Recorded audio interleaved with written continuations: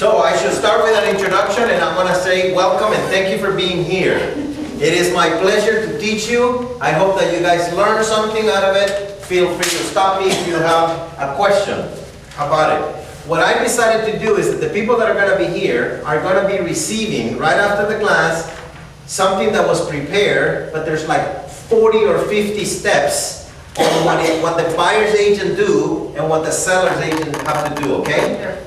So you would have it as a reference material, but you cannot take it until you complete the whole class, okay?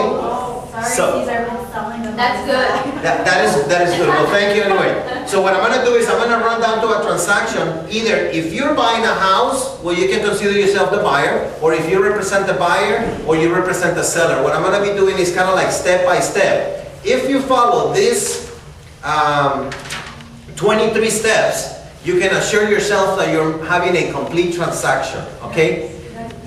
There are certain things that will go side by side, simultaneously happening as this transaction progresses. So the escrow will be doing some of their escrow business, the loan company will be doing some of the loan business, but you are the, I want to call myself, when I am a listing agent or a selling agent, I am the director of the orchestra. I am the one that make it happen. I want to make sure that the drums drum when they're supposed to, and the violin plays when they're supposed to play the violin. So, number one, the selling agent is the guy representing the buyer, okay? And the listing agent is the agent representing the seller. So, the buyer's agent or selling agent goes out, show property, finds a beautiful property for this buyer, and says, we want to buy it. So the first document that is going to get written down is an agency disclosure. Then the second one will be a purchase agreement. The next one comes attached with the purchase agreement is the buyer's advisory. Then you need to decide who's going to pay for the termite repairs, right? So you make an attachment to the purchase agreement, which is called the wood destroying addendum. It identified who, whether it's going to be the buyer or the seller paying for the termite repairs. Then you do need to ask permission. Actually, it's a form called consent to represent more than one buyer. The reason being is because we don't know if somebody from the same office is representing a buyer on a listing. And that buyer can accuse you of not representing him to the best of your ability, meaning accusing the broker. And so therefore, you need to kind of let them know that somebody in the office may be representing a buyer in this transaction. And just to play it safe, we're just going to make it a habit of getting that document signed. The next thing that you need to be doing is, I want to get paid. So if I am the buyer's agent and I found the property in the multiple listing service, usually there is a commission portion that it gets paid to the selling agent. Okay, there's an offer. The fact that I write an offer on it, since we belong to the same multiple listing service, then there is no need to have this form on G.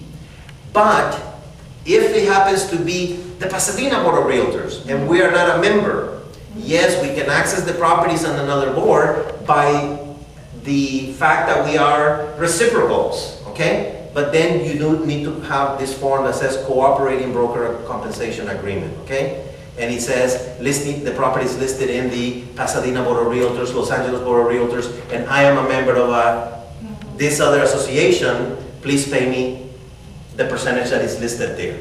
Let's say that the property is listed by the Imperial County in California, somewhere out there in the desert, and we're not members, neither we are reciprocals of that Board of Realtors. Yes, the other agent will cooperate with you in presenting the offer, but he's not obligated to pay you the commission. Whoa, that's the reason. So if I make an offer on somebody else's outside of my area, you know, Eureka County in California, way up north, I am licensed, the properties are for sale, I make an offer on a property in Eureka. And I know that that agent is going to be sharing his commission. But if I don't put it on this form, he might say, well, you don't belong to my Board of Realtors. I don't have to pay you, okay? So it's very important that we do have the cooperating broker agreement. Then once it's signed by both brokers, that documentation goes to escrow, and then there is no question about who earns the commission by providing the buyer, okay? The next point that we're doing is The listing agent will receive that offer being written on the listing. He goes and talks to his seller and say, hey, Mr. Seller, Betty buyer is making an offer to your property for X amount of dollars. After you discuss it with the seller says, I don't like the price, I would like to give them a counter offer. So then the listing agent prepares a counter offer number 1, delivers it to the selling agent again, and the selling agent says, I think we can live with that. The buyer says, I can live with that one. We'll sign up the contract and we have a deal. Congratulations, we have a fully executed contract, okay? The buyer signed and initialed every page, and then when the seller accepts everything is signed on the bottom of every page, and you have a contract, okay? Now, that contract needs to be going to escrow. Listing agent calls their favorite escrow company and they say, hello, I sold a property, and my client, and this is the price of the property, my client's name is so-and-so, the property is so-and-so, I'm going to use this title company, I'm going to use this termite company, I'm going to use this, and you give those verbal instructions to the escrow officer. Then, the buyer's agent that originally took a deposit check is going to take that check to escrow, right? So, everybody with me, right? So, we open escrow. Then escrow is going to do the following thing. They're going to prepare an official escrow instruction, and they're going to prepare commission instructions, okay?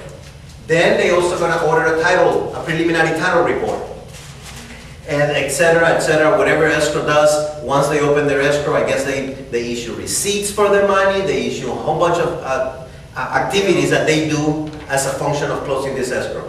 But this class is about what the agent needs to do. So the escrow is going to prepare 4 sets of escrow instructions, actually 8, 4 for each side of the transaction. 1 goes to the broker and he will say, broker's copy. Please make sure that you give it to the office. The next one is going to say agent's copy. That's for you to keep on your own personal file. 3 will be the client's copy. If you represent the seller, it's going to be the seller's copy. And if you represent the buyer, it's going to be the buyer's copy. And then 1 for the customer to sign, fill in all that information that the escrow is requesting, and mail back or send back or deliver back to the escrow. Okay? Legally, a transaction, an escrow is open once both signatures have come in. Okay? Even the fact that you put $1 into the escrow, or that you open the escrow and the officer says escrow is open, and I give him a number, may or may not qualify to have a mutual agreement into that escrow. Okay, so make sure that, and then your job as a listing agent or a selling agent is to check back with the escrow company a week after and say, have the other party signed their escrow instructions and do you have them in your possession? And if they say yes, then you are sure that you have a transaction. Okay?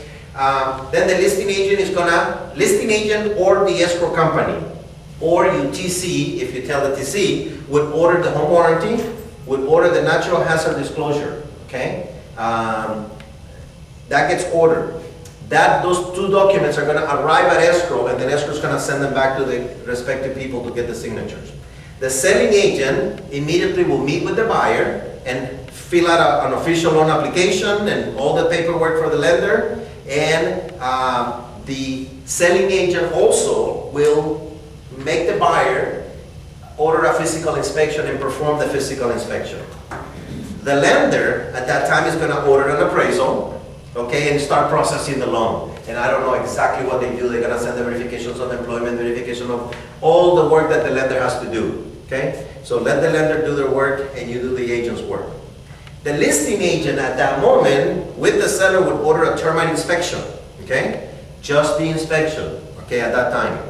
The listing agent also will send to the selling agent copy of the seller's agency, copy of FERPTA, transfer disclosure statement, the smoke detector, water heater statement, seller's questionnaire, the earthquake disclosure, and a booklet, the lead disclosure, the supplemental statutory disclosure, and the statewide buyers and sellers disclosure. The selling agent, after they do the inspection, remember they did the inspection, now they probably receive that document that is the inspection report, they're going to request repairs, okay? Sometimes they do, sometimes they don't. If they do request repairs, they're going to issue a form and deliver it to the listing agent. The listing agent will go and discuss it with the seller, and the seller